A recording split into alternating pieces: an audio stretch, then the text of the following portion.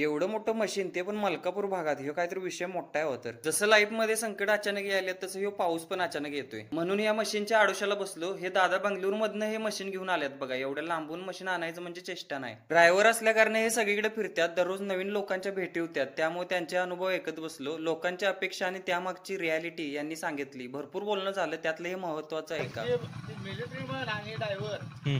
कवा मरत आणि कवा जगत याचा भरोसा नाही. दादा थोडंच बोलत पण मनाला पटलं भावांनो. भाऊ सोबत मेडिकल वाल्यांच्या ऑर्डर्स घ्यायच्या होत्या, त्यामुळे मलकापूरला गेलतो. या कलियुगात माणूस अपेक्षांच्या ढिगाऱ्याखाली सापडला, हे दादांनी सांगितलं होतं. ज्यांना गावात राहून सगळं मिळतं त्यांना जॉब पाहिजे, आणि जॉब आहे ते म्हणते बिझनेस पाहिजे, आणि सगळ्या गोष्टी आहेत तरी पण म्हणते गव्हर्नमेंट जॉब पाहिजे होता. म्हणजे समाधानी कोणच नाहीये. तिथनं मग मलकापुरातील नामवंत असं अरविंद मेडिकलला गेलतो. माझी तब्येत खराब आहे तरी पण वजन एवढं कसं काय वाढलं हेच आश्चर्य वाटतंय. या व्हिडिओ मधनं एकच सांगायचं आहे की समाधानी राहा भावनं, तरच सुखी राहणार, हा प्रकृतीचा नियम आहे. बांबवड्याला येताना येळाने